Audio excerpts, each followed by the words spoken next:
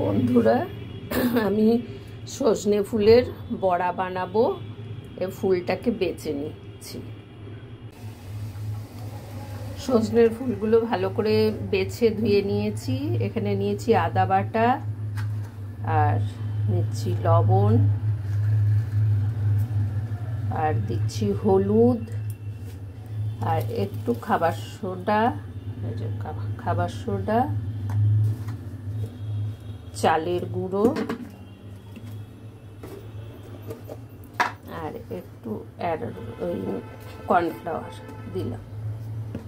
এবার এটা দিয়ে মেখে আসছি। সজনে ফুল মাখা হয়ে গেল, আর এতে একটুখানি গোলমরিচের গুঁড়ো দিয়েছিলাম। সজনে ফুলটা 10 মিনিট মাখিয়ে রেখে দিয়েছিলাম। এবারে বড়া ভাজছি।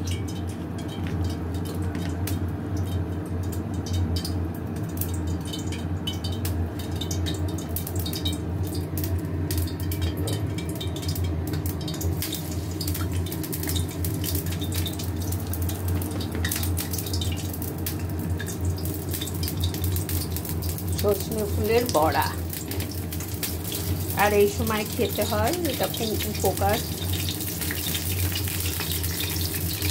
এই সময়তেই তো পাওয়া যায় সিজনে। বন্ধুরা, এরকমভাবে আমি যেইভাবে করলাম ওইভাবে করবেন। লঙ্কার গুঁড়ো দিতে পারিনি,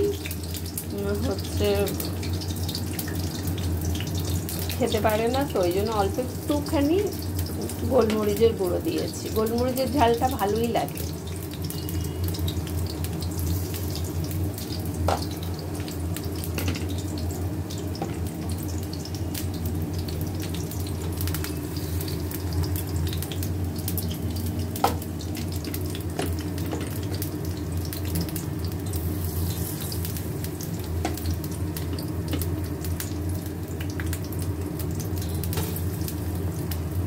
ভাজা হোক।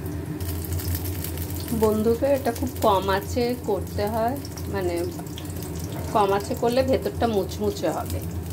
এইটা আমার ভাজা হয়ে গেছে, আর একটা হচ্ছে, রাখলাম। বন্ধুরা, আমাদের দুপুরে আজকে এটা উচ্ছে চচ্চড়ি, এটা লাউ খোসা ভাজা, মাছের ঝোল দু জায়গায় করে রেখেছি, মানে বাটিতে ঢেলে রেখেছি। এটা হচ্ছে মোরলা মাছের চচ্চড়ি ছিল, আর এটা মাংস, আর এইখানে ডাল। এই হচ্ছে আমাদের আজকের দুপুরের মেনু।